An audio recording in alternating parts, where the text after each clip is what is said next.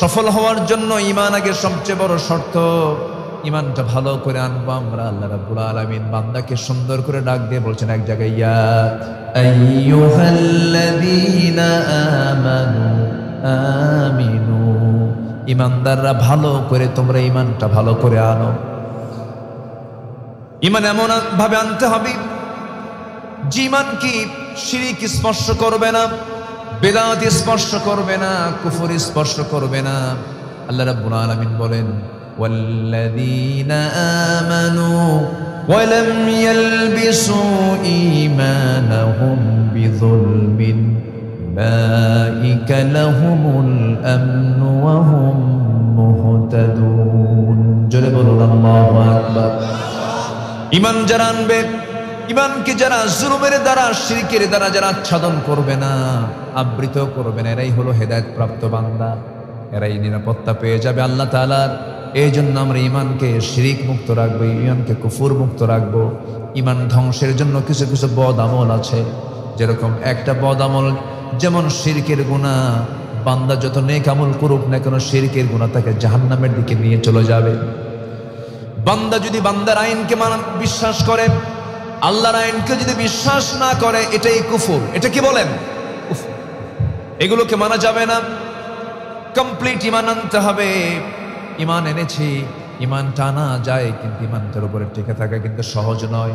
আল্লাহ এই জন্য অন্য জায়গায় বলছেন, ইন্নাল্লাযীনা ক্বালু রাব্বুনাল্লাহু সুম্মা ইসতাকামু তাতানাজ্জালু আলাইহিমুল মালাইকা আল্লা তাখাফু ওয়া লা তাহজানু وأبشروا بالجنة التي كنتم توعدون। জোরে বলুন আল্লাহু আকবার। নিঃসন্দেহে যারা বলবে আমার রব আল্লাহ, এবং এই কথার উপরে যারা টিকে থাকবে, আল্লাহ বলছেন তাদের জন্য আমি স্থায়ী জান্নাতের বন্দোবস্ত রেখে দিয়েছি। ঈমান আনা সহজ, কিন্তু টিকে থাকা সহজ নয়। আমার দেশে এমন ঈমানদার আছে, একটা প্যাকেট বিড়ির কাছে ঈমান বিক্রি করে দেয়। আছে না নাই? এত সস্তা ঈমান। ঈমান তো সস্তা কোনো বিষয় নয়। জীবন চলে যাবে, ঈমানকে কখনো বিক্রি করা যাবে না, ঈমানকে কখনো ধ্বংস করা যাবে না, ঈমানকে নষ্ট করা যাবে না। আমার বন্ধুগণ, ঈমানদার ঈমান এনেছিলেন সাহাবে কেরাম। কি মজবুত তাদের ঈমান ছিল। ঈমানটা টিকে রাখার জন্য হাসতে হাসতে ফাঁসির মঞ্চ পর্যন্ত চলে গেছেন। বাতিল শক্তির কাছে তারা কখনো মাথা নত করেন নাই। দুজন সাহাবীর কথা মনে হলো আমার, যদিও কথাগুলো সবার জানা, কম বেশি সবাই জানতে পেরেছেন, জেনেছেন, ইতিহাস পড়েছেন, শুনেছেন। আবার একটু মনে করে দেবার জন্য বলছি। একজন সাহাবী, তার বাড়ি হলো মক্কা এবং মদিনার ঠিক মাঝখান বরাবর। জন্মের পূর্বেই বাপ দুনিয়া থেকে বিদায় নিয়েছেন। ছোট্টবেলা থেকে মার কোলে ধীরে ধীরে বড় হয়েছেন। আপন চাচা বেঁচে ছিল, আপন চাচার হাতে মানুষ হয়েছেন। চাচা তাকে খুব ভালোবাসতো। এতিম সন্তান, এতিম ভাতিজা, ভাইয়ের ছেলে আদর করে করে বড় করেছেন। প্রাপ্তবয়স্ক হওয়ার পর নবীর পক্ষ থেকে হেদায়েতের আলো, নবীর পক্ষ থেকে হেদায়েতের দাওয়াত যখন তার কাছে চলে এল, ঈমানের দাওয়াত যখন তিনি পেলেন, কাল বিলম্ব না করে ঘোষণা করলেন, আশহাদু আল্লা ইলাহা ইল্লাল্লাহু ওয়াহদাহু লা শারীকা লাহু ওয়া আশহাদু আন্না মুহাম্মাদান আবদুহু ওয়া রাসূলুহু। কালেমা গ্রহণ করে নিলেন। কিন্তু এই কথাটা হঠাৎ করে আপন চাচার কানে চলে গেল। চাচা বলে ফেললো, ভাতিজা কি যেন আমার কানে আসলো, কতটুকু সত্য জানি না, তোমাকে সরাসরি প্রশ্ন করছি, তুমি নাকি আমাদের বাপ দাদার ধর্ম বাদ দিয়ে নাকি নতুন ধর্ম গ্রহণ করে নিয়েছ? এবার আপন ভাতিজা তার চাচাকে বলছে, চাচা আপনি শুনবেন কেন? আপনি দেখেন, লা ইলাহা ইল্লাল্লাহ, আমি তো সেই আল্লাহকে গ্রহণ করেছি যে আল্লাহ আমার আকাশের মালিক, জমিনের মালিক, আমার মালিক, আপনার মালিক, গোটা বিশ্ব ব্রহ্মাণ্ডের তিনি মালিক, আমি সে আল্লাহকে বিশ্বাস করে নিয়েছি। চাচা বলতেছে, ভাতিজা কোনো ক্রমেই নতুন ধর্ম গ্রহণ করা যাবে না, বাপ দাদার ধর্ম কখনো বাদ দেওয়া যাবে না। এমন সমাজের লোক, আমাদের সমাজে এমন কিছু লোক আছে যারা বলে বাপ যা করছে আমরা তা করব, মানে বাপ চোর আমিও চোর। এরকম আছে না নাই? আছে না নাই? এই চুরি বিদ্যে কি আর বাদ দেওয়া যায়? আমার বাপ চুরি করছে, আমি আমার চুরি করতে আপত্তি করতে না। দিন গ্রহণে যতগুলো বাধা আছে এর মধ্যে অন্যতম বাধা হলো পারিবারিক বাধা, সামাজিক বাধা, রাষ্ট্রীয় বাধা, ধনাঢ্য শ্রেণীর বাধা। এই বাধার সম্মুখীন হলেন সেই সাহাবী। সঙ্গে সঙ্গে বলছেন, চাচা আপনি আমাকে দিন থেকে কখনো ফিরাতে পারবেন না। চাচা বলছে, ভাতিজা শোনো, তুমি নতুন ধর্ম গ্রহণ করতে গেলে তোমার লস হয়ে যাবে। বড় কি লস? তোমার যত জমা জমি, যত সম্পত্তিগুলো আছে আমরা সবাই মিলে সামাজিকভাবে তোমার কাছ থেকে জোর করে নিয়ে নেব। মুস্কি হাসি মেরে সাহাবী বলছেন, আমার চাচা যান, সমাজের সব মানুষগুলো নিয়ে আমার কাছ থেকে জোর করে জমাজমিগুলো, সম্পদগুলো নেওয়ার দরকার নাই। আমি ইমানটাকে এত দাম দিয়ে আমি গ্রহণ করেছি যে আমার সমস্ত সম্পদটা আমি অবলীলায় আপনাকে দিয়ে দেব। তুমি ইমান থেকে আমি এক চুল পরিমাণ নড়ব না। সব নিয়ে নিল, গায়ের জামায় হাত দিল, টান মেরে জামা ছিঁড়ে ফেলে দিয়ে উলঙ্গ করে ফেললো, লুঙ্গিটা পর্যন্ত খুলে নিল, বলে ফেললো, এখনো সময় আছে, কি করবি বল। সঙ্গে সঙ্গে তিনি বললেন, মরতে রাজি, ইমান ছাড়তে রাজি নই। ঘাড় ধাক্কা দিয়ে ঘর থেকে বের করে দিয়েছে। মার দরজায় গিয়ে নক করেছেন, মা দরজা খোলো। দরজা খুলে গেছে। এবার বলছে, মা আমার দিকে তাকায়ও না, আমার দিকে নজর দিও না। আমার চাচা দিন গ্রহণ করার কারণে আমাকে মারতে মারতে উলঙ্গ করে ঘর থেকে বের করে দিয়েছে, সমস্ত সম্পত্তিগুলো দখল করে নিয়েছে। মা এক খণ্ড কাপড়ও যদি থাকে ভিতরে, আমাকে এক খণ্ড কাপড় দাও, সতরটা ঢেকে নেই। পৃথিবীর কোনো দরবার ভাল লাগে না, আমি রওনা দিলাম আমার প্রিয় নবী, আমার জানের চেয়ে প্রিয়, আমার প্রাণের চেয়ে প্রিয় নবীর দরবারে আমি চলে যাচ্ছি। প্রাণের চেয়ে প্রিয় মানুষ একজন পৃথিবীতে, তিনি কি আমাদের বলুন? মুহাম্মদ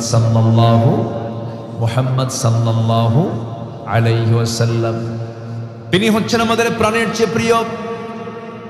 আমার নবীজি কি করলেন? কি এমন আলো চতুর্দিকে ছড়িয়ে দিলেন যে আলোর ঝলকানিতে সেই আরবের জাহেলি যুগের মানুষগুলো কালিমা পড়ে এমন মানুষের রূপান্তর হলো। ওমর ছিলেন কি, হয়ে গেলেন কি? এরকম করে বহু সাহাবী, তারা কি ছিলেন? মদের বোতল নিয়ে দিন কেটে যেত।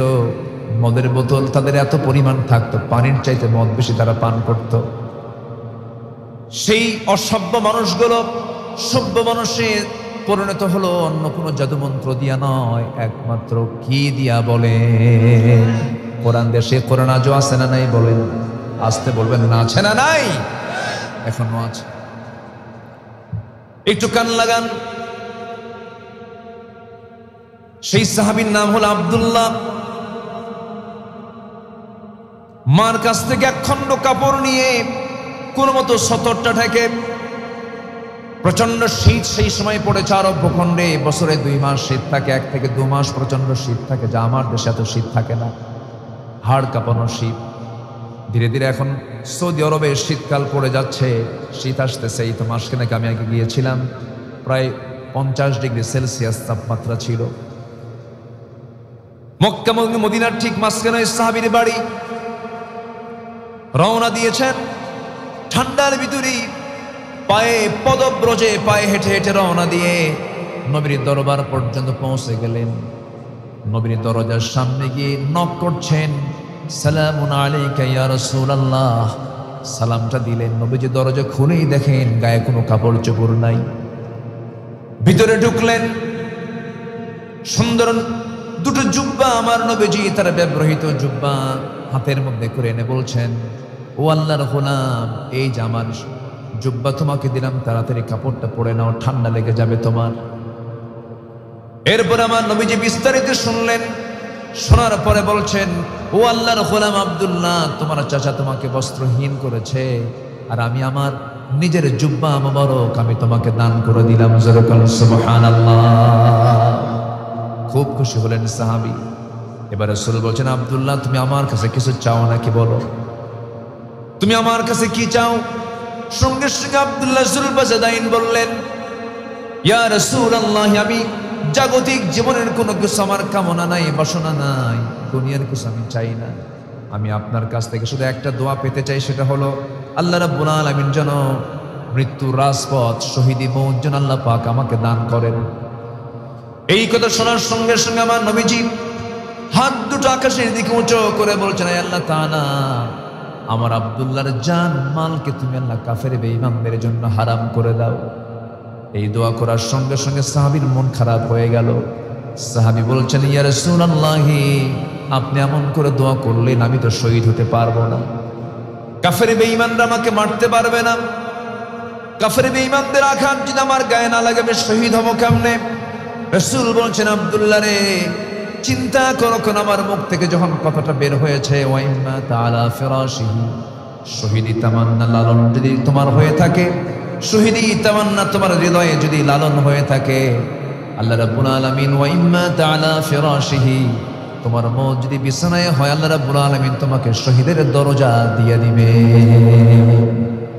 জোরে বলে সুবহানাল্লাহ, আরো জোরে বলে সুবহানাল্লাহ। তাহলে বিছানায় মূল্য শহীদের মর্যাদা আছে না নাই বলেন? আসতে বলবেন না, আছে না নাই? আছে, কিন্তু শর্ত হলো শহীদি তামান্না লালন করতে হবে। অনেক সাহাবী মাত্র একটা যুদ্ধে অংশগ্রহণ করে এক যুদ্ধে শহীদ হয়ে গেছেন, মাত্র 3টা যুদ্ধে অংশগ্রহণ করে 5 বছর দিন মানার সুযোগ পেয়েছেন, 30 বছর ইসলাম কবুল করেছেন। সাআদ বিন মুআজ মদিনার সাহাবী ছিলেন, বদর উহুদ 2টো যুদ্ধে অংশগ্রহণ করলেন, খন্দকে তিনি আঘাতপ্রাপ্ত হলেন, রক্তাক্ত হলেন, রক্তক্ষরণ বন্ধ হলো না। সাআদ বিন মুআজ 30 বছর বয়সে ইসলাম কবুল করলেন, 35 বছরে শাহাদাত বরণ করলেন। তার মৃত্যুর সংবাদ যখন নবীর কানে চলে আসলেন, রাসূল বলছেন, ইহতাজ্জাতিল আরশ, আমার সাদের মৃত্যুতে আরশ আজিম পর্যন্ত কম্পমান হয়েছে। আমার বন্ধুগণ, খালিদ বিন ওয়ালিদ রাদিয়াল্লাহু তাআলা আনহু 250 যুদ্ধ করেছেন। কত 250 শতাধিক যুদ্ধে তিনি অংশগ্রহণ করেছেন, কিন্তু মৃত্যু হয়েছে তার যুদ্ধে না বাড়িতে মৃত্যু হয়েছে।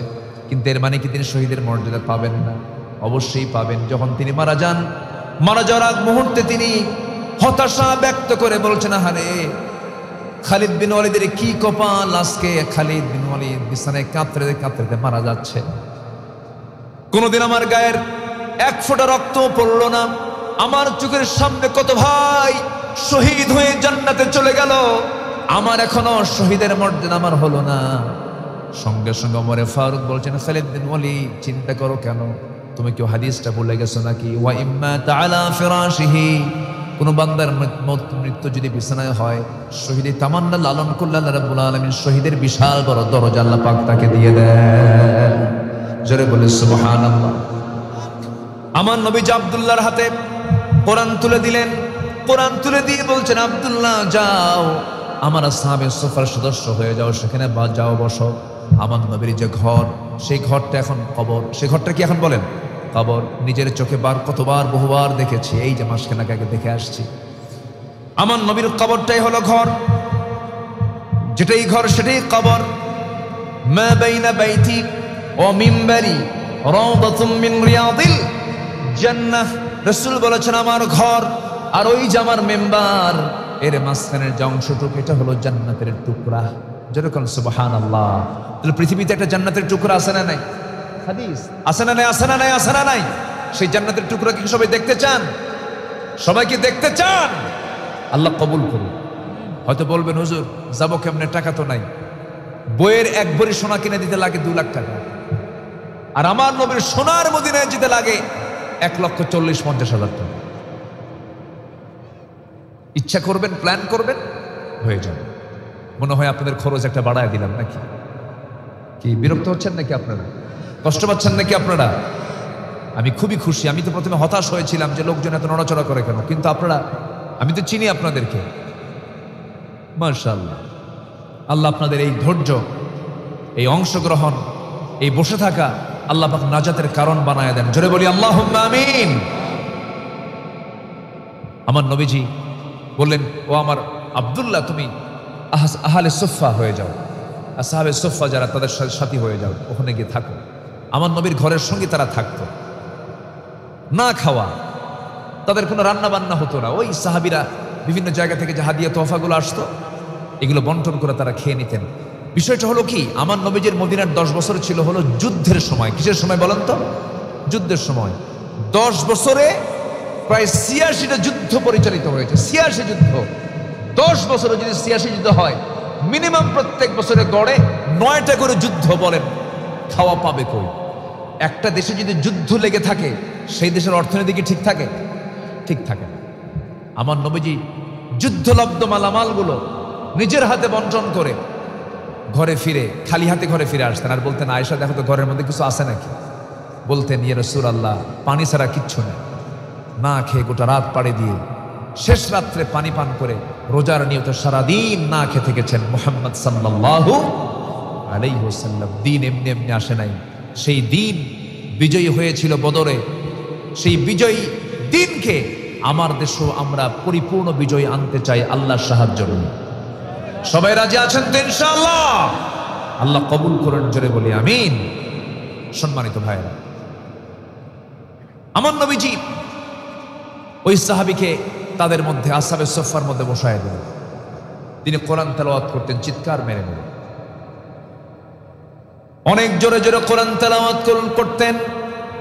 সাহাবীরা বিরক্ত হয়ে নবীর কাছে একজন এসে বলছেন, ইয়া রাসূলুল্লাহ, নতুন একজন সাহাবী আমাদের সাথে যোগ দিয়েছে, খুব জোরে জোরে কোরআন পড়ে আমাদের ডিস্টার্ব হয়। রাসূল বলছেন, কে? আব্দুল্লাহ। রাসূলকে দেখে বলছেন, ও আমার সাহাবীরা, কোনো ক্রমেই তোমরা আব্দুল্লাহর তেলাওয়াতে বাধা দিও না। আমার আব্দুল্লাহ ঈমান আনতে গিয়ে, ঈমান কিনতে গিয়ে সে দুনিয়া বিক্রি করে ঈমানটা রক্ষা করেছে। জোরে বলুন সুবহানাল্লাহ। সফল হওয়ার জন্য 1 নম্বর পুঁজি কি বলেন? 1 নম্বর শর্ত কি বলেন? ঈমান বিক্রি করে দেওয়া যাবে। আমার ভাইয়েরা, মদিনার মসজিদ থেকে আমার নবীজি কোন একদিন সাহাবে কেরামকে বলেন, সাহাবীরা, অভিযানে যেতে হবে, যুদ্ধ শুরু হয়ে যাবে, চলো আমরা রওনা দেই। রাসূল বলছেন, ও আমার সাহাবীরা, আমার আব্দুল্লাহ কোথায়? আমার আব্দুল্লাহকে আজকের এই অভিযানে নিয়ে যাব। খুব খুশি আব্দুল্লাহ, রওনা করলেন তাকে সঙ্গে করে। অভিযান শেষ হয়ে গেল। অভিযান শেষে আমার নবীজি মদিনার দিকে ফিরে আসতেছেন সাহাবে কেরামকে নিয়ে। হঠাৎ করে আমার নবীর কানে সংবাদ চলে এলো, হুজুর, ইয়া রাসূলুল্লাহ, আব্দুল্লাহ খুব অসুস্থ। কোন আব্দুল্লাহ? যে আব্দুল্লাহ আপনি তাকে ভালোবাসেন। আমার নবীজি সাহাবে কেরামকে বলেন, সাহাবীরা, সবচেয়ে আদর, যত্ন, নার্সিং এর মধ্য দিয়ে তোমরা তার সেবাটা করো। সে আমার খুব প্রিয় সাহাবী। বড় জোরে 3টা দিন পার হলো। 3টা দিনের মাথায় সাহাবী একজন এসে বলছে, হুজুর, আমার আপনার প্রিয় সাহাবী আব্দুল্লাহকে আর বাঁচাতে পারলাম না, আব্দুল্লাহ দুনিয়া থেকে বিদায় নিয়েছে। আমার নবীজি হঠাৎ করে শোনার সঙ্গে সঙ্গেই শোকাহত হয়ে পড়লেন, আবেগ আপ্লুত হয়ে পড়লেন, আর বলছেন, সাহাবীরা রে, আমার প্রিয় সাহাবী আব্দুল্লাহ দুনিয়া থেকে বিদায় নিয়েছে। আমার আব্দুল্লাহর জানাজার আয়োজন করো, কাফনের কাপড় পরাইয়া দাও। আব্দুল্লাহর জানাজার দায়িত্ব আমি আজকে কাউকে দেব না। আব্দুল্লাহর জানাজার দায়িত্ব আমি রাসূল নিজের কাঁধে উঠায়া নিলাম। জানাজা শুরু হয়ে গেছে, রাসূল জানাজায় হাজির হয়ে গেছে। রাসূল জানাজা পড়ায়া দিলেন। পড়ায়া দেওয়ার পরে বলছেন, ও আমার সাহাবীরা, আমার আব্দুল্লাহর কবরটা তোমরা কোথায় খনন করেছো? হুজুর, ওই 2 পাহাড়ের মাঝখানে, আমাকে নিয়ে যাও। আমার নবীজি নিজে চলে গেলেন, কবরের সামনে গিয়ে দাঁড়ালেন। কবরের সামনে গিয়ে দাঁড়ায়া আমার নবীজি বলছেন, সাহাবীরা, আমার আব্দুল্লাহর কবরে আমি আজকে কাউকে নামতে দেব না, আমি নিজে নামবো। আমার আব্দুল্লাহর কাফন, আমার আব্দুল্লাহর দাফনটা আমি নিজে সম্পূর্ণ করব। রাসূল নিজে কবরের মাটিতে নামলেন। নামার পর বলছেন, আবু বকর কোথায়? আমার ডানে নামো। আমার ওমর কোথায়? আমার বামে নামো। আমার নবীজি সাহাবে কেরামকে লক্ষ্য করে বলছেন, সাহাবীরা, আমার আব্দুল্লাহর লাশটা আমার হাতে দিয়ে দাও। আমার নবীজি তার প্রিয় সাহাবী আব্দুল্লাহর লাশটা হাতে নিলেন। আর বলেন, আবু বকর মাথা ধরো, ওমর পাটা ধরো। আমার নবীজি আস্তে করে লাশটা কবরের মাটিতে শোয়া রাখলেন। বুকের উপরে হাত রেখে বলছেন, আরশের মালিক আল্লাহ, আমি আব্দুল্লাহর উপরে এই সময় পর্যন্ত আমি সন্তুষ্ট আছি। আল্লাহ, আমার আব্দুল্লাহর সকল কিছুকে তুমি আল্লাহ দয়া করে মাফ করে দাও। পাশে দাঁড়ানো একজন সাহাবী সাদ বিন আবি ওয়াক্কাস রাদিয়াল্লাহু তাআলা আনহু চিৎকার মেরে কাঁদতে কাঁদতে এক পর্যায়ে বলে ফেলছেন, আরশের মালিক আল্লাহ, আমি জীবিত সাদ বিন আবি ওয়াক্কাস যদি এই জায়গায় না থেকে ওই কবরের যদি বাসিন্দা হতে পারতাম, আমার জীবনটা বড় ধন্য হতো। কারণ ওই কবরবাসীর লাশকে দাফন করার জন্য বিশ্বের সেরা সেরা 3 জন মানুষ, যার কবরের নামে ওর চাইতে ভাগ্যবান মানুষ আর পৃথিবীতে দ্বিতীয় জন হতে পারে না। যেরকম সুবহানাল্লাহ। এই সফলতা এসেছে হলো ঈমান। বলেন কিসে কিসে কিসে কিসে? ঈমান কি বিক্রি করেছেন? করেন। আমরা ঈমানটাকে টিকে রাখবো, জোরে বলি ইনশাআল্লাহ। সফল হওয়ার শর্ত হলো 9টা। চলতেছে কয় নাম্বার? বলেন কয় নাম্বার চলে? কি ভয় পাচ্ছেন নাকি আপনারা? চালাবো আলোচনা, কোনো সমস্যা নাই তো? জোরে বলি ইনশাআল্লাহ। আপনারা নওগাঁ জেলার মানুষ, নিয়ামতপুরের মানুষ, কিন্তু ভাষাটা অনেকটা চাপায়ের মতো মনে হচ্ছে। পাশাপাশি, হ্যাঁ পাশাপাশি, হ্যাঁ পাশাপাশি যখনই হয় তখনই বোঝা যায় যে হ্যাঁ এটা চাপাই ছাড়া কেউ হবে না। মাশাআল্লাহ, এটা হচ্ছে আঞ্চলিক পাসওয়ার্ড। এটা দিয়ে দেন, রাজশাহীতে ঢুকবে এই ভাষা পেয়ে যাবেন। রংপুরে সেখানে র পাবেন না, বাড়ি কোথায় অংপুর পাবেন না। নোয়াখালীতে প পাবেন না, পানিকে হানি বলে। এক একটা এলাকার এক একটা ভাষা। এই সৌন্দর্য কে দিয়েছেন? আসতে বলবেন না, কে দিয়েছেন? আল্লাহ দিয়েছেন। আমি খুবই খুশি আপনারা এখনো এত রাত একটা লোক নড়েন নাই, বসে বসে কোরআন শুনছেন। আল্লাহ শুকরিয়া আদায় করছি, আলহামদুলিল্লাহ। তো সবাই কি ঈমানকে আমরা টিকে রাখবো না ইনশাআল্লাহ? শিরকের দ্বারা আচ্ছাদন করব, শিরকের কাছে যাব, বিদআতের কাছে যাব, কুফুরির কাছে যাব, যেটা হাদিস না, হাদিসের উল্টা কাজ, সেই কাজে অংশগ্রহণ করব। রাসূল যা বলেছেন তাই বলবো, রাসূল যা করেছেন তাই করব। আল্লাহ কবুল করুন, জোরে বলে আমিন। নাম্বার 1 শেষ করলাম। আরেকটা সাহাবীর কথা বলতে চেয়েছিলাম, 2 জন সাহাবীর কথা বলবো। বলি বলি বলি আসলে যখন যেহেতু 2 জন বলেই ফেলেছি, একটু বলি। আমার ভাইজান খুব ভালো আলোচনা করেছেন, আমি শুনেছি। আস্তে আস্তে তার কিছু আলোচনা আমি শুনলাম, খুব ভালো, আলহামদুলিল্লাহ। বাড়ি কোথায় আপনি? চাপাই। কোন থানা? গোমস্তাপুর, রহনপুর না? রহনপুর, গোমস্তাপুর। মাশাআল্লাহ, আপনাদের ভাষাও সুন্দর, আপনাদের আমও সুন্দর, কিন্তু আমের নাম যে ন্যাংড়া হলো কেমন এটাই বুঝলাম। নাম যে কত, রাজভোগ, রানীভোগ, গোপালভোগ, খিরসা, তারপরে হাড়ি ভাঙ্গা, মাজা ভাঙ্গা, বহু কিছু আছে। রূপালী, কাঠিমন। এখন আবার কি যেন আম খাওয়াইছে আমার হাসান, কি বলে, আসাদ ভাই কই? আসাদ ভাই কোথায়? আসাদ ভাই আমাকে কি যেন আম খাওয়ালো। এখন কি আম খাওয়ালো? কাঠিমন, মানে মন কাটে নাকি? ওই আম খেলে মন কেটে যায় না? খুব ভালো, এত বড় কথা, এত নিয়ামত, ধন্য আপনারা, বলি আলহামদুলিল্লাহ। আমার আসাদ ভাইয়ের 32 বিঘা আমের বাগান আছে। আমি তাকে বলে দিয়েছি, ভাই এতগুলো আমের বাগান আপনার, যদি আম না পাই একটা মুকুলও ধরবে না। একটা শর্ত জুড়ায় দিস। তো উনি এর আগেও পাঠিয়েছেন, খুব ভালোবাসেন। আল্লাহ তুমি তাকে দ্বীনের খাদিম হিসেবে তুমি কবুল করে নাও, জোরে বলি আল্লাহুম্মা আমিন। সম্মানিত ভাইয়েরা, আরেকজন সাহাবী ঈমান এনে মক্কার মানুষ মদিনায় গেছেন। কোথায় গেছেন বলেন তো? মদিনায় গেছেন। মদিনায় যাওয়ার পর মদিনার উপকণ্ঠ থেকে মক্কার কুরাইশরা চান্স পেয়ে হামলা করলো কয়েকজন মুসলমানের উপর। এর মধ্যে একজন সাহাবী ছিলেন খুবাইব বিন আদি রাদিয়াল্লাহু তাআলা। এই খুবাইবকে ধরে ওরা মদিনা থেকে মক্কায় নিয়ে আসলো। এসে বলল, খুবাইব, তোমার পরিবার পরিজন আছে, খামাখা এই দাদা বাবারা যা করে গেছে এগুলো বাদ দিয়ে তুমি কি ধরলা, এগুলো বাদ দাও তো। খুবাইব বললেন, না, আমি ঈমান এনেছি, আমি ইমানটা ছাড়তে পারবো না। তাকে কুরাইশরা জেলখানায় ঢুকালো, রিমান্ডে নিল, মানলো, পিটলো, কাম হয় না। শেষ পর্যন্ত বলল, খামাখা ওরে আর পিটায় লাভ নেই, ওরে এমন একটা জায়গায় রাখো, খাদ্যই দিও না, খাবারই দিও না, খাবারটাও বন্ধ করে দিও। কিন্তু দেখা গেল কি, তার দায়িত্বে থাকে একজন ব্যক্তি কুরাইশ, শেষ রাত্রির দিকে সে লক্ষ্য করে দেখে খোবায়ে বসে বসে কোরআন তেলাওয়াত করে, আর তার সামনে কে যেন আঙ্গুরের ছড়া ঝুলায় রাখে। একটু জোরে বলেন সুবহানাল্লাহ। আল্লাহ কি খাওয়াতে পারেন? আসতে বলবেন না, পারেন। একজন মহিলা পৃথিবীতে বসে জান্নাতের খাবার খেয়েছিলেন। বলেন কে কে কে কে? কোরআনে এমন বক্তব্য আছে না নাই?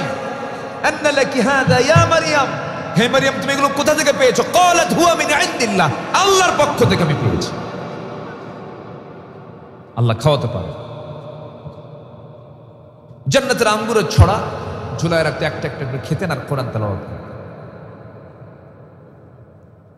সম্মানিত ভাইয়েরা, সেই সাহাবী, সেই লোকটা আবার পরে কালিমা গ্রহণ করে, দিন গ্রহণ করেন। সাঈদ বিন আমির রাদিয়াল্লাহু তাআলা আনহু, উনি পরে কালিমা গ্রহণ করেছেন, কিন্তু সেই সময় তিনি কালিমা গ্রহণ করেন। এই খুবাইবের খাবার বন্ধ হয়েছে তো কি হয়েছে? ইমানটা তার এমন মজবুত ছিল, জান্নাত থেকে খাবার সরবরাহ হয়ে গেল। 2-3 মাস চলে যায়, পানি না পেয়ে, খাবার না পেয়ে মানুষ কয়দিন বাঁচবে? মরে যাওয়ার তো কথা, মরে না। কুরাইশদের মাঝে নিউজ চলে গেল, খোবাবের রব খোবাবকে খাওয়ায় দেয়। শেষ পর্যন্ত তারা একটা চ্যালেঞ্জের মুখে পড়ে গেল। সবাই বলল, আমরা খোবাবকে দুনিয়া থেকে বিদায় করে দেব। চূড়ান্তভাবে সিদ্ধান্ত, চূড়ান্ত পাকাপোক্ত হয়ে গেছে। সর্বশেষ একটা কথা বলে দিল, খোবাব এখনো সময় আছে, তুমি কি করবে বলো? খোবাব বলছে, তোমরা কি করবে আমার ব্যাপারে জানি না, তবে আমি আমার নাকের ভিতরে জান্নাতের ঘ্রাণ পেতেছি। জোরে বলেন সুবহানাল্লাহ, আরো জোরে বলে সুবহানাল্লাহ।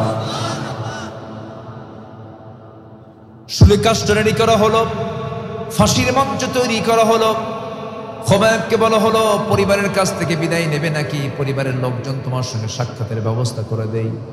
খোবাব বলছে, তোমরা আমার পরিবারের সঙ্গে মিট করে দেওয়ার চাইতে আমার বেশি পছন্দ হলো হুজুর যদি পানি দিয়ে দাও, আমি আল্লাহর সঙ্গে নামাজে দাঁড়ায় একটু সাক্ষাৎ করতে চাই।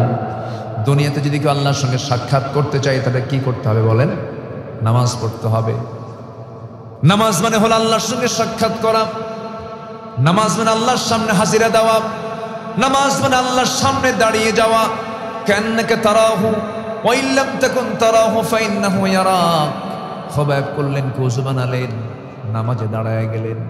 ওযু বানায়া নামাজে দাঁড়ায়া প্রথম রাকাতটা আস্তে আস্তে পড়লেন। দ্বিতীয় রাকাতে নামাজ পড়তে নিয়ে ভাবলেন, যদি আস্তে আস্তে পড়ি, এই কাফের মুশরিকরা ভাবতে পারে যে আমি মৃত্যুর ভয়ে নামাজটা বুঝে লম্বা করে ফেলছে, এই জন্য তিনি তাড়াহুড়ো করলেন।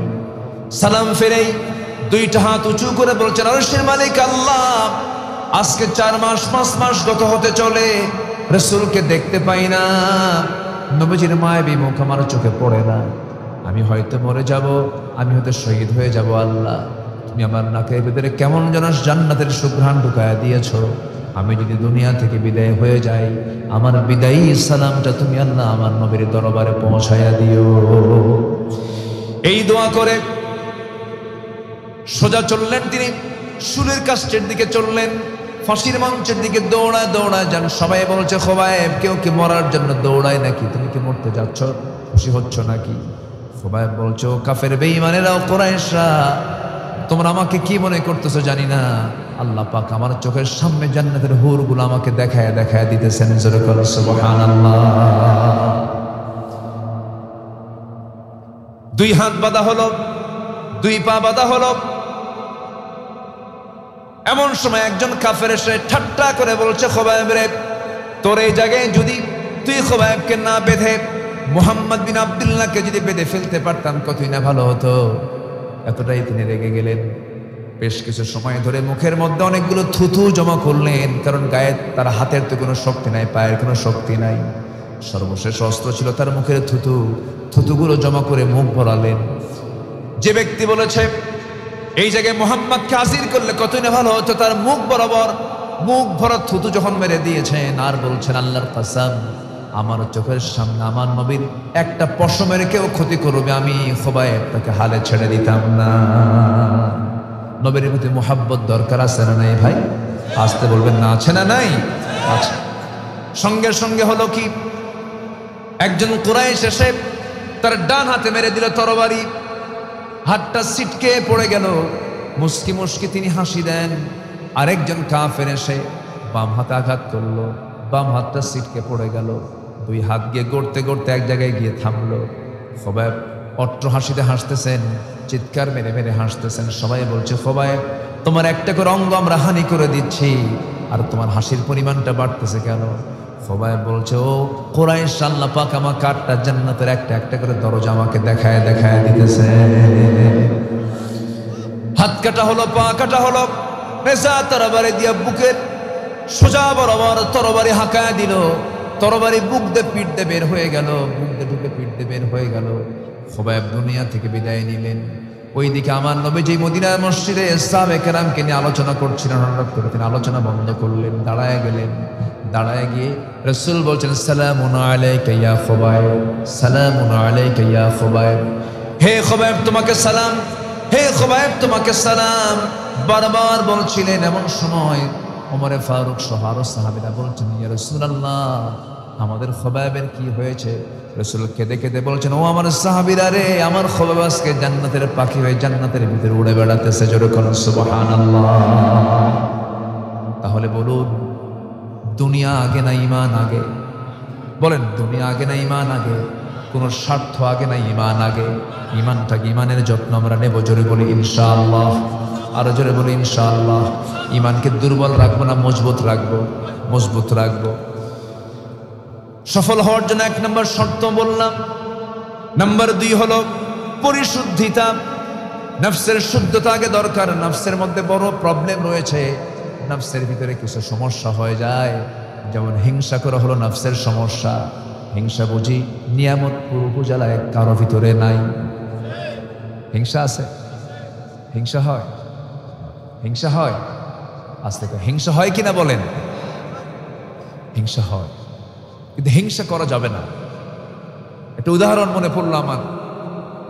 হিংসা যে করবে সেই হিংসার ফলাফল তার উপরে বর্তাবে। বহুদিন আগে কোন যেন এক আলোচকের আলোচনা শুনেছিল, তো এক বেচারি, আগের যুগে বিয়ে হতো, বিয়ে করার জন্য মানুষ ঘোড়ায় চড়ে বিয়ে করতে যেত। তো গ্রামের এক মুরব্বীর ঘোড়া ছিল, এক যুবকের বিয়া, ঘোড়ার জন্য মুরব্বীর কাছে গিয়ে বললো চাচা অমুক দিন আমার বিয়ে, আপনার ঘোড়াটা একটু লাগবে, ঘোড়া কি দেবেন আমাকে? তো মুরব্বী আবার ওই যুবককে দেখতে পারত, মানে পছন্দ করেন, এরকম হয় না? এরকম তো হয়। তো মুরব্বী বললো আমি তো ঘোড়া দেব না, যা। যুবকটা মনক্ষুণ্ণ হয়ে চলে আসছে বাড়িতে। আমি রূপক ভাবে বলছি, রূপক অর্থে বলছি। শবে বরাতের রাত চলে আসছে, নামাজে গেছে। সব নামাজ শেষ করার পর দোয়া হাত দুটো তুলে বলতেছে আল্লাহ আজকে আমার কোনো দোয়া নাই, আমার জন্য আমার একটা দোয়াও নাই, একটাই দোয়া তোমার কাছে, ওই বুড়ার জন্য ঘোড়া মরে। বুড়ার জন্য কি মরে? ঘোড়া মরে। এই দোয়া করে মসজিদ থেকে চলে আসছে। এসে বাড়িতে ঢোকা মাত্রই দেখে মা কান্দে। মা তুমি কান্দো কেন, কি হয়েছে তোমার? বাবা তোর গোয়ালের গরু মরছে, তোর গোয়ালের গরু মরছে। তাহলে বলেন দোয়া কিন্তু ঠিকই কবুল হয়েছে, মালাকুল মউত চলে আসছে, ঘোড়ার কাছে না যায় গরুর কাছে গেছে। কার গরু? যে দোয়া করছে তার গরু। হিংসার ফলাফল হলো ক্বালা ইয়াকুম ফিল হাসাদ ফাইনাল হাসাদ ইয়াকুলুল হাসানাত কামা তাকুলুন নারুল হাতাব। হিংসা থেকে বেঁচে থাকো। হিংসা সকল নেক আমলকে শেষ করে দেয়, যেমন করে কাঠখণ্ডকে আগুন জ্বালিয়ে পুড়ে ভস্ম করে দেয়। আল্লাহ পাক হিংসা থেকে আমাদেরকে বাঁচান, জোরে বলি আমিন। আচ্ছা, অবৈধ লোভ, এটাও নফসের রোগ। অবৈধ কামনা, অর্থাৎ নিজের স্ত্রীর প্রতি আপনি কামনা বাসনা দেখাবেন, গুনাহ হবে না সওয়াব হবে? সওয়াব হবে। অন্যের স্ত্রীর দিকে তাকালে গুনাহ হয়ে যাবে। অবৈধ কামনা, অবৈধ লোভ লালসা। নিজের পুকুরের মাছ আপনি মেরে খান, সমস্যা নাই, কিন্তু কিছু নেতা আছে যে পট পরিবর্তন হলে অন্যের পুকুর দখল করে। আসতে বলবেন না, আছে না নাই? যে দলই হোক না কেন, যে দলই হোক না কেন, পট পরিবর্তন অথবা রাজনৈতিক পরিবর্তন এর মানেই যে অন্যের পুকুর, অন্যের জমি, অন্যের বাড়ি আপনি জবরদখল করবেন। আল্লাহর কসম, আপনি জাহান্নামী, আপনি জাহান্নামী, আপনি বান্দার হক নষ্ট করে ফেলেছেন। এটা ঠিক না। এগুলোর সঙ্গে যারা জড়িত, এগুলোর সাথে ঈমানের কোনো সম্পর্ক থাকতে পারে না। কষ্ট পাচ্ছেন নাকি আপনারা? কষ্ট পাচ্ছেন? 5 আগস্ট পরবর্তী এরকম অপ্রীতিকর কিছু ঘটনা ঘটেছে, ঘটেছে কিনা বলেন? যেটা অন্যায়, অন্যায়কে অন্যায় বলতে হবে। যারা করেছে তাদের সাথে ইসলামের কোনো সম্পর্ক থাকতে পারে না।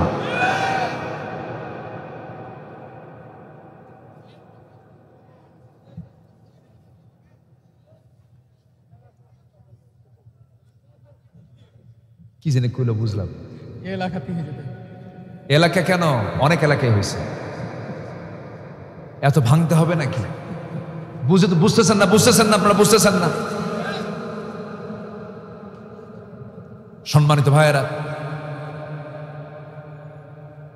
গাড়ির চাকা একদিকে থাকে না, সাবধান থাকতে হবে। নীতি নিয়ে থাকুন, সততা নিয়ে থাকুন। সততার পরাজয় কেউ ঘটাতে পারবে না। তার সাক্ষী হলো বিগত 16 বছর খাইছিল বেশি, খাইছিল বেশি, আলেমদের গায়ে আঘাত করেছে। আমার তো কোনো দোষ ছিল না। আমি 2011 সালে ফার্স্ট আমি এলাকায় আসছিলাম, এরপর 2023-এ আসছি, আজকে 2025-এ আসলাম। 2018 সালে আমি মাহফিল শেষ করে আমার বাসায় চলে গেছি। থানা থেকে আমার বাড়ি ঘেরাও করে আমাকে ধরে নিয়ে চলে গেল। বলল, হুজুর ওসি সাহেব আপনাকে সালাম জানাইছে, আপনাকে চা খাওয়াবো। গেলাম, চা খাই, বসলাম। আমাকে ওসি মহোদয় কিচ্ছু কয় না। প্রায় 10 মিনিট 15 মিনিট পার হয়, উনি চুপ মেরে বসে আছেন, কিচ্ছু করেন, খালি সালাম একখান দিয়ে চুপ করে বসে আছে, একদম মূর্তির মতো। বললাম, ভাই কথা বলেন না কেন, কি হয়েছে? হুজুর বদদোয়া দিয়ে। বললাম যে বদদোয়া কেন, কি সমস্যা কি বলেন? হুজুর উপায় নাই, খুব চাপ, ধরতে চাই নাই হুজুর, কি করবো, চাকরি বাঁচান তো ফরজ। আমি বললাম, ইমান বাঁচান তো নফল। আমারে চালান দিয়ে দিল কোর্টে। কোর্টের কাঠগড়ায় তুললো। কোর্টের জজ আমার দিকে তাকায়, জিব্বায় কামড় মেরে কয়, এই লোকটাকে ধরে আনলো কারা? মামলার ধারার দিকে তাকায় দেখে এই ধারায় জামিন দিলে আমার চাকরি নেই। জামিন অযোগ্য করে আমাকে জেল হাজতে পাঠানো হলো। গেলাম, আমি ভাবলাম আমি জেলে যাচ্ছি না, আমি যাচ্ছি মাদ্রাসায় ইউসুফিয়ায় যাচ্ছি, সাইয়েদ ইউসুফ ইসলামের মাদ্রাসায় যাচ্ছি। উনি মাদ্রাসায় ছিলেন, আমি সেই মাদ্রাসায় যাচ্ছি। জেলখানা নবীদের জায়গা, ঠিক কিনা বলেন? কাদের জায়গা? কাদের জায়গা? নবীদের জায়গা। গেলাম, চুরি তো আর করি নাই, ডাকাতিও করি নাই, মার্ডারও করি নাই, কিছুই করি নাই, টেনশন তো নাই, বুকে তো একটা সাহস থাকি। ঢুকলাম জেলখানার ভিতর দিয়ে, মূল গেট দিয়ে ঢোকা মাত্র এক মুরব্বী আমার দিকে তাকায়া, মনে হলো যে উনি আকাশের চাঁদ পেলেন, খুব খুশি, চামড়া টামড়া কুচকে গেছে, বয়স্ক মানুষ, আমার দিকে তাকায় লম্বা একখান সালাম দিয়ে বলে, হুজুর আপনি জেলখানায় ঢুকলেন? খুব খুশি হলাম। বললাম, জেলখানায় ঢুকলে কেউ খুশি হয়?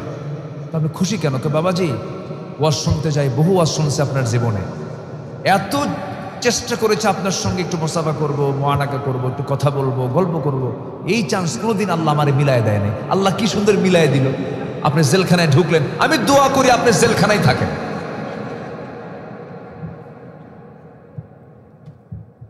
বললাম, চাচা আপনি বুড়া বয়সে জেলখানায় কেন? আপনি কোন অকাম করে আসছেন কন? বলে, বাবা বোমা হামলা। কি হামলা কন? বোমা হামলা। বলতেছে, বাবা আমার এই 80 বছরের বুড়া হাতে বোমা মারতে গিয়ে বলো তো বাবা, আমার কি লক্ষ্যে যাবে না আমার মাথায় পড়বে? মাথায় পড়বে। এগুলো করেছে, তার ফলাফল কি হয়েছে? 25 বছর আগে আল্লামা সাঈদী বলেছেন, গাছের গোড়ায় নাড়া দেব, মামু বাড়ি দিল্লি গিয়ে পড়বা। কোথায় গিয়ে পড়ছে? কোথায় গিয়ে পড়ছে? দিল্লি ছাড়া কি আরো কি নগরী ছিল না? আরো সিটি ছিল না? রাজস্থান ছিল, আসামের গুয়াহাটি ছিল, ত্রিপুরার আগরতলা ছিল, কলকাতা, এই যে পশ্চিমবঙ্গের ওয়েস্টবেঙ্গলের কলকাতা ছিল, আবার নেপাল ছিল, ভুটান ছিল, শ্রীলঙ্কা ছিল, মায়ানমারের ইয়াঙ্গুন ছিল, বোনের বাড়ি লন্ডন ছিল, বিয়ের বাড়ি আমেরিকা ছিল। কোথাও বলে নাই 25 বছর আগের সাইদির কথা অনুযায়ী দিল্লি গিয়ে পড়েছে। কি ঠিক কিনা বলেন? আল্লামা সাইদিকে আপনারা কি মনে করেন জানি না, আমার চোখে আল্লামা সাইদি একজন কমপ্লিট আল্লাহওয়ালা মানুষ ছিল।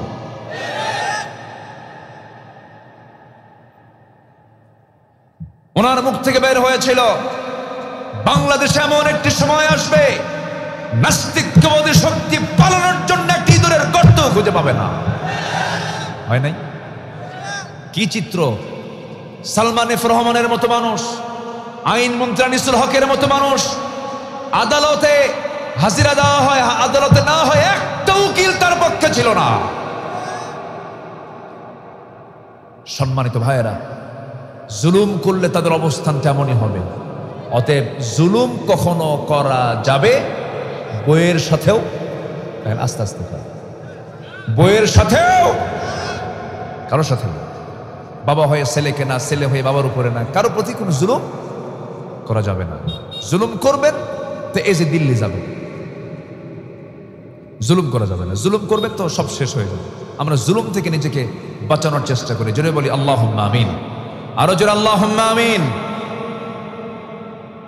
তাহলে হিংসা, লোভ, অবৈধ কামনা, এগুলো হচ্ছে নফসের রোগ। এই রোগ থেকে আমাকে আপনাকে বাঁচতে হবে। সফলকে দেখেন আল্লাহ রাব্বুল আলামিন কি বলছেন। আল্লাহ রাব্বুল আলামিন বলেন, قد أفلح من تزكى وذكر اسم ربه فصلى بل تؤثرون الحياة الدنيا والآخرة خير وأبقى। জোরে বলুন আল্লাহু আকবার। একটু কান লাগাবেন। আমি কি দোয়া করে দেব? এই যে ওঠে কেন? ওই যে পিছনে উঠতেছে দুই একজন, বসেন বসেন বসেন।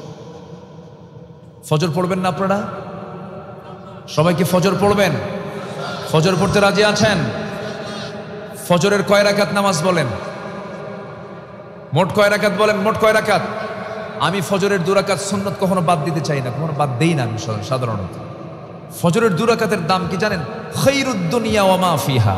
দুনিয়া এবং দুনিয়ার মাঝে যা আছে এর চেয়ে তো বেশি দামি আল্লাহর কাছে ফজরের 2 রাকাত সুন্নতের দাম। আল্লাহু আকবার। বান্দা নামাজ পড়ে। শয়তান ফজরের ঠিক আগে, মানে ফজরের রক্ত একটু আসার আগে প্রত্যেক বান্দার কাছাকাছি চলে যায়, গিয়ে বলে ওয়াজ করে। শয়তানও কিন্তু ওয়াজ করে।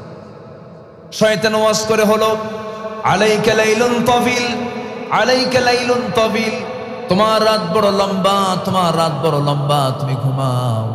চুলের মধ্যে নখ ঢুকায় দেয় আর বলে তুমি ঘুমাও ঘুমাও ঘুমাও। এরকম করে বারবার চেষ্টা করে। সেই সময় শয়তান 3টা গিট মেরে যায়। কয়টা গিট মেরে যায় বলেন? 3টা গিরা মেরে যায়, গিট মেরে যায়, গিট্টো মেরে যায়। এদিকে কি কয়? এগুলোই তো কয়। 3টা গিরা মেরে যায়। আপনাদের ভাষা তো বইয়ের ভাষা, আলহামদুলিল্লাহ। নোয়াখালীর ভাষা আরো ভালো ভাষা। আমাদের ভাষাগুলো অনেক সুন্দর, ভালো লাগে, খুব মজা পাই। মানে আপনাদের ভাষা দিয়ে ক্যাসাল করা, মানে গন্ডগোল করা মুশকিল। ভাষাই তো ভদ্র ভাষা, গন্ডগোল করবেন কেমন? কি কথা বোঝেন নাই? আচ্ছা, ভদ্র ভাষায় কি গন্ডগোল হয়? আমি তো বুঝি না। মানে আপনাদের ভাষাটা এত সুন্দর, এই ভাষা আপনারা মানে চড়া ভাষায়, রাগী হয়ে কেমনে কথা বলেন? আমার বুঝে আসে। খুব ভালো, আলহামদুলিল্লাহ, খুব মজা পাই আমি আপনাদের ভাষার মধ্যে। গিরা, গিট মারে। কয়টা বলেন তো? কয়টা? 3টা গিট মারে। এই 3টা গিট মেরে চলে যায়। আমার রাসূল বলেন, সাহাবীরা, এই 3টা গিট যদি ছুটাতে চাও, 3টা আমল তোমাকে করতে হবে সেই সময় সঙ্গে সঙ্গে। নাম্বার 1 হলো, 1 নাম্বার গিট ছুটাতে হলে নিজের পিঠটাকে বিছানা থেকে পৃথক করে ফেলবা। একটা গিট ছুটে যাবে। এরপর ওযু বানাবে, নামাজের জন্য ওযু বানাবে। সকল নামাজ ওযু করা কি বলেন? সকল নামাজ ওযু করা কি? ফরজ নামাজ ওযু করা কি বলেন? সুন্নত নামাজ ওযু করা কি? আস্তে আস্তে মনে ওযু করে না মনে হয় নাকি?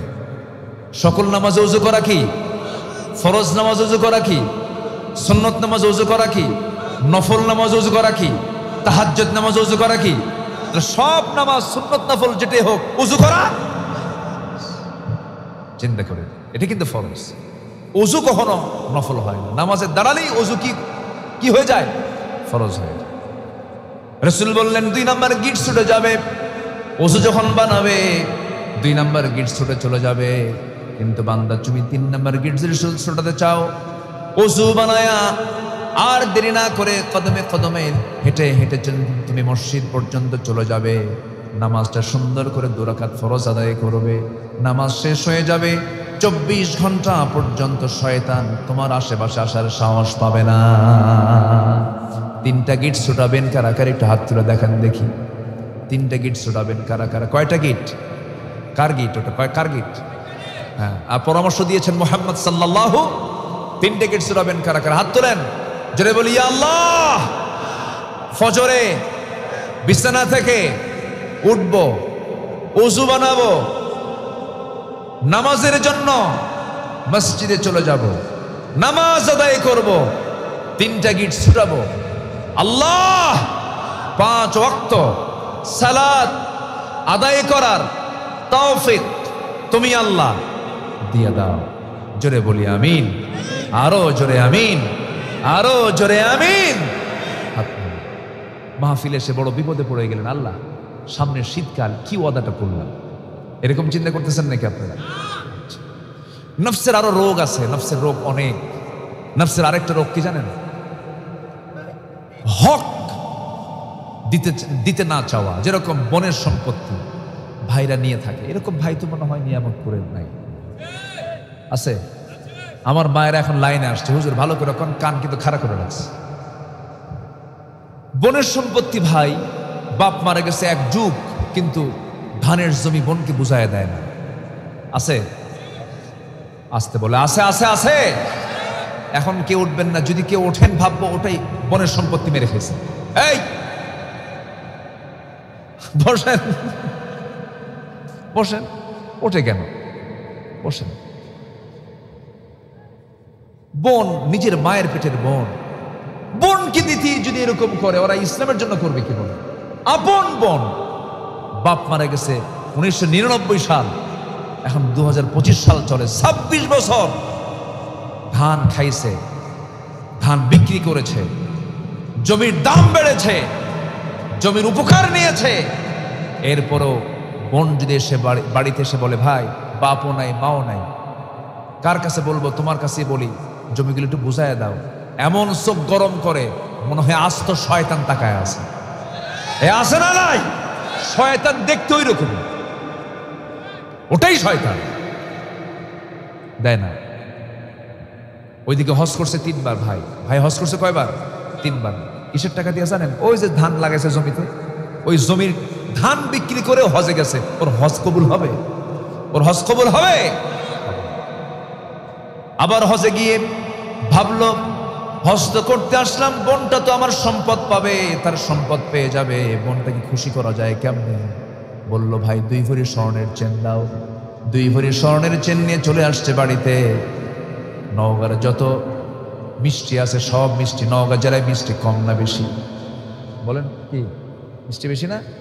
নওগাঁর মিষ্টির নামগুলো কি? চমচম আছে নাকি? চমচম আছে, চাপায়ের চমচম, টাঙ্গাইলের চমচম, এরকম হাজারো সব ধরনের মিষ্টি ফলমূলগুলো নিয়ে এসে বোনকে দাওয়াত দেয়। বোনকে দাওয়াত দিয়ে সব খাওয়ায় দাওয়ায় শেষ পর্যন্ত বোনের পাশে বসে আস্তে করে বলে, বোন রাগ করো না, তোমার জন্য খুব আদর করে যত্ন করে তোমার জন্য 2 ভরি স্বর্ণের চেন নিয়ে আসছি। ওইদিকে 1 কোটি টাকার সম্পদ পাবে বোন। 2 ভরি স্বর্ণের চেন গলায় দিয়ে বলে, বোন আমি তোমাকে এটা হাদিয়া দিলাম, মক্কা থেকে আনছি, নবীর দেশ থেকে আনছি, রাগ করো না বোন। একটা কথা বলি কি, অংশ নিলে কিন্তু ধ্বংস হয়। কত বড় বাটপার! এরকম ধান্দাবাজ ভাই আছে না নাই? আছে না নাই? এগুলো নফসের রোগ। এগুলো কিসের রোগ বলেন তো? আপনি ওই 1 কোটি টাকার বোনের সম্পত্তি মেরে খাইলেন, দিলেন না, কিন্তু আপনার ছেলের পেটের ভিতরে একটা টিউমার হবে, আপনার ব্রেনের পিছনের সাইডে একটা টিউমার হয়ে যাবে, আপনার পা বিকল হয়ে যাবে। ডাক্তার দেখানোর জন্য আপনি ভেলোর যাবেন, ডাক্তারে দেখানোর জন্য আপনি কলকাতা যাবেন, ডাক্তারে দেখানোর জন্য আপনি এরকম করে অ্যাপোলো হসপিটালে যাবেন, ইংল্যান্ডে যাবেন, সিঙ্গাপুর যাবেন, সব চিকিৎসা শেষ, বোন পাবে 1 কোটি, এই দিকে আপনার চলে গেছে 3 কোটি। কথা বুঝেন নাই? হক নষ্ট করবেন, সব শেষ হয়ে যাবে। এগুলো করা যাবে না। নফসকে শুদ্ধ করতে হবে, যার যা প্রাপ্য বুঝায় দিতে হবে। কোনো হারাম কোনো কিছু ঢুকানো যাবে না। চোখ দিয়ে ভালো কিছু দেখবো না, খারাপ কিছু দেখবো, বলেন ভালো কিছু দেখবো, হারাম কোনো কিছুর দিকে তাকানো যাবে না। চোখের হেফাজত করতে হবে। চোখ বানিয়ে দিয়েছেন কে? আসতে বলবেন না কে? এই চোখটা আল্লাহ দিয়ে দিয়েছেন। চোখ দিয়ে দেখে কে? আল্লাহ দেখে। কিছু তো কর না, চোখ দিয়ে দেখে কে? চোখ দিয়ে দেখি আমরা। চোখটা দিয়েছেন কে? আল্লাহ দিয়েছেন। আল্লাহ চোখ দিয়ে বলছেন, বান্দা তুই যখন দেখবি ভালো কিছু দেখবি, নিজের বউয়ের দিকে তাকাবি সওয়াব পাবি, অন্যের বউয়ের দিকে তাকাবি গুনাহ হয়ে যাবে। খারাপ কিছু দেখবি না। মন তো চায় অনেক কিছু আমি দেখি, অনেক কিছু আমি করি, কিন্তু মনের দাসত্ব করা যাবে না। আল্লাহ রাব্বুল আলামিন বলেন, ফাখালাফা মিন বা'দিহিম খালফুন আদাউস সালাতা ওয়াত্তাবাউশ শাহাওয়াত ফাসাউফা ইয়ালকাউনা গাইয়া। নফসের দাসত্ব করবে, নামাজ নষ্ট করে ফেলবে। আমি তোমাকে জাহান্নাম, শুধু নয় জাহান্নামের গর্ত, খাই নামক গর্তের মধ্যে আমি তোমাকে ঢোকায়া ছাড়বো। আল্লাহ পাকের কি রাগ! আল্লাহ বলছেন জাহান্নাম শুধু দেব না, জাহান্নামের গর্তের মধ্যে ফেলবো। এত ভয়ঙ্কর সেই গর্তগুলো, যে গর্তগুলো জাহান্নাম। আল্লাহ রাব্বুল আলামিন রেখে দিয়েছেন জাহান্নাম পর্যন্ত। যে গর্তগুলোকে ভয় পায়, এমন ভয়ঙ্কর জাহান্নামে ফেলবেন যারা নফসের দাসত্ব করবে। এই জন্য নফসকে পরিশুদ্ধ করব আমরা। নাম্বার 3 হলো আমরা সত্যবাদী হব। আল্লাহ রাব্বুল আলামিন বলছেন, বান্দারে সত্যবাদী যদি তুমি হতে পারো, ওয়াকুলু কাওলান সাদীদান ইউসলিহ লাকুম আ'মালাকুম ওয়া ইয়াগফির লাকুম যুনুবাকুম ওয়া মান ইউতি'ইল্লাহা ওয়া রাসূলাহু ফাকাদ ফাযা ফাওজান আযীমা। জোরে বলুন আল্লাহু আকবার। সত্য কথা যদি বলতে পারো, আমি তোমার ভুল আমলগুলো, ভুল হয়ে যাওয়া নেক আমল, ভুল হয়ে যাওয়া আমলগুলো আমি আল্লাহ নেক আমলে পরিবর্তন করে দেব। আল্লাহু আকবার বলেন। ইউসলিহ লাকুম আ'মালাকুম, ইসলাহ করে দেব। সত্য কথা যার মুখ থেকে বের হবে, সেই বান্দার কোনো দোয়া মিস হবে না। যে বান্দার মুখ থেকে মিথ্যা কথা বের হবে না, যা বলবে আল্লাহ তাই কবুল করবে। জোরে বলে সুবহানাল্লাহ। আমরা জিহ্বাকে আমরা নাপাক রাখবো না পাক রাখবো? কি কথা দিয়া?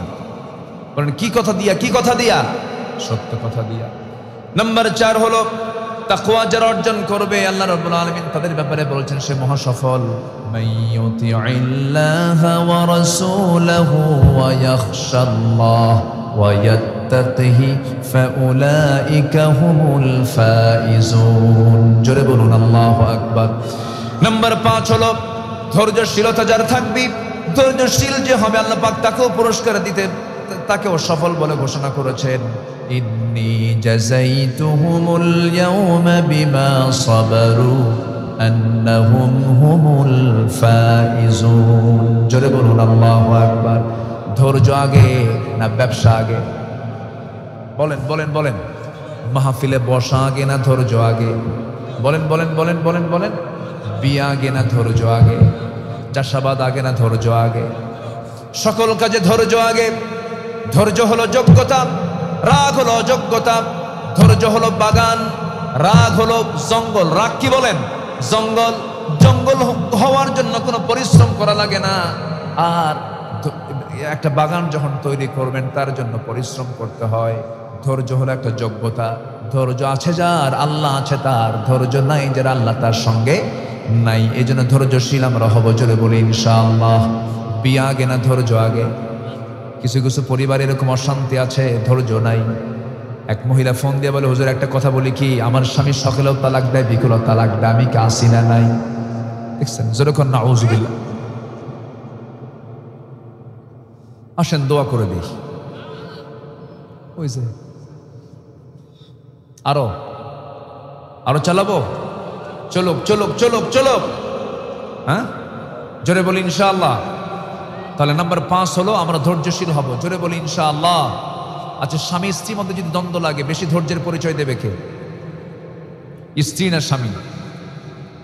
যারা চুপ করেছে তারা বউ। বলেন, স্বামী স্ত্রীর মধ্যে দ্বন্দ্ব লেগেছে, এর মধ্যে সবচেয়ে বেশি ধৈর্যের পরিচয় দেবে কে? স্বামী না স্ত্রী? হ্যাঁ, ও একজন কাছে হুজুর আমি তো জানি না, আমি বিয়েই করি না। জেনে নিতে হবে, ফিউচারে কাজে লাগবে। মেয়েদের ভিতরে ধৈর্যের পরিমাণ পুরুষের চাইতে বেশি না কম? কিছু কম। আবেগে অনেক কিছু বলে ফেলে, চুপ করে থাকতে হবে। মেয়েদের মুখের কথা পরিমাণটা কম না বেশি? বেশি। কথা বেশি বললেই ভুল কম হয় না বেশি হয়? বেশি হয়। পুরুষরা কথা কম বলে, মেয়েরা কথা বেশি বলে। কথা শুরু হলে আর থামে না, শুরু হলে আর কি থামে না।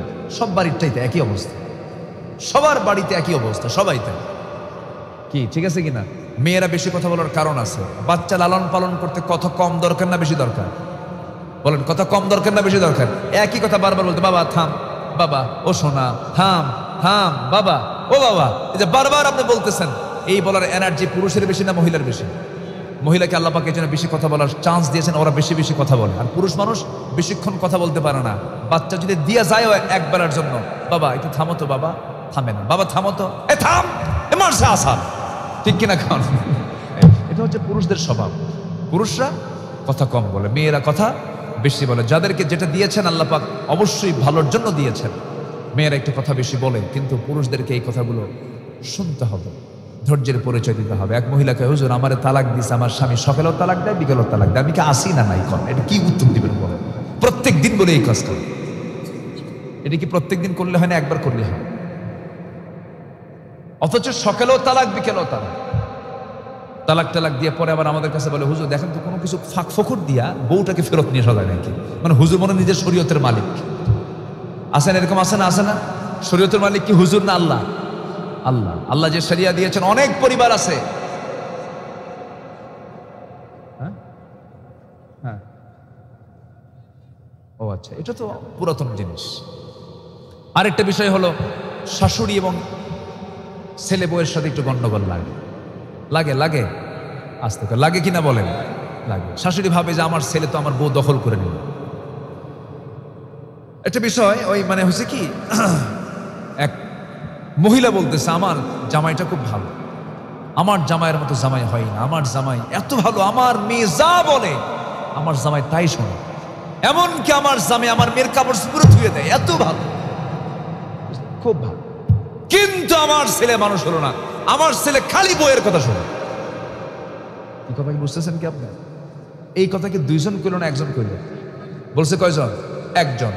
নিজের মেয়ের ক্ষেত্রে একরকম বুঝ দিল, আর ছেলের ক্ষেত্রে আরেকটা বুঝ দিল।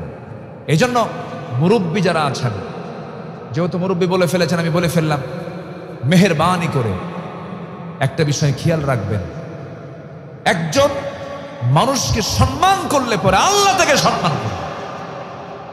স্ত্রীর জায়গায় স্ত্রীর মর্যাদা আছে, মার জায়গায় মার মর্যাদা আছে, শাশুড়ির জায়গায় শাশুড়ির মর্যাদা আছে। আমরা সম্মান নিয়ে খেলবো না। জোরে বলি ইনশাআল্লাহ, আর জোরে বলি ইনশাআল্লাহ। আল্লাহ কবুল করুন। ধৈর্যশীলতা নিয়ে জীবন চলার তৌফিক সবাইকে দান করুন। জোরে বলি আমিন। সময় যে আজকে কেমনে দ্রুত চলে যাচ্ছে বুঝলাম না।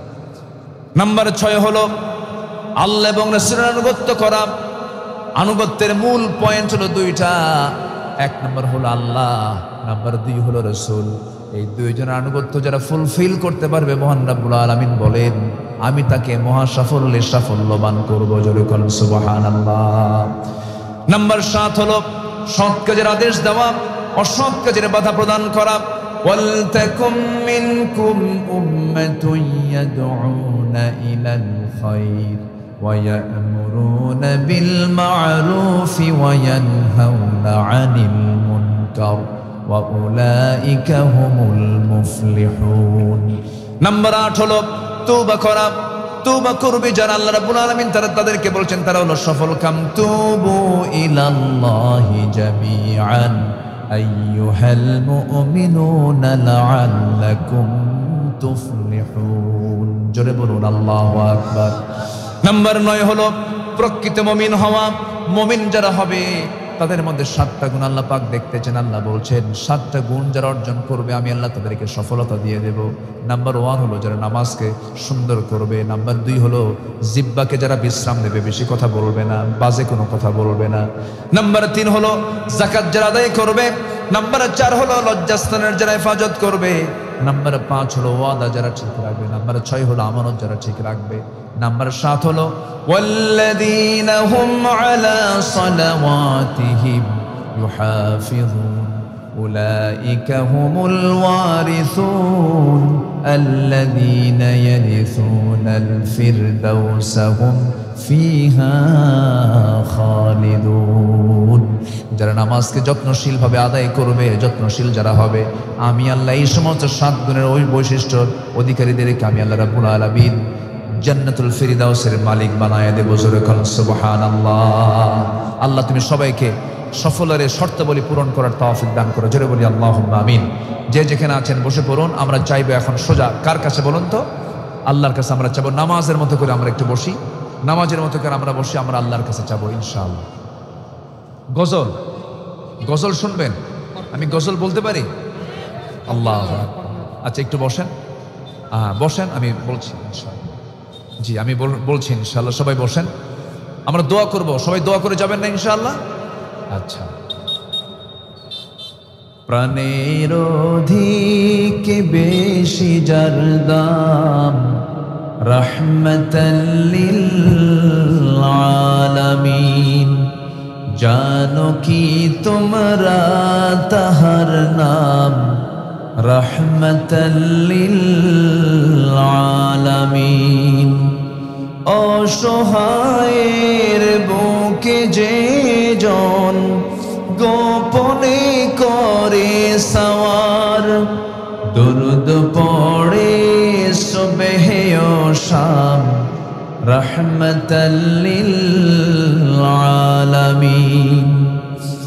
গরিবের আহার দিতেন, নিজে হয়েও রোজাদার, নিয়মর ভালোবাসার খাম, রাহমাতাল লিল আলামিন। জানো কি তোমরা তাহার নাম, রাহমাতাল লিল আলামিন। প্রাণের অধিক বেশি যার দাম, রাহমাতাল লিল আলামিন।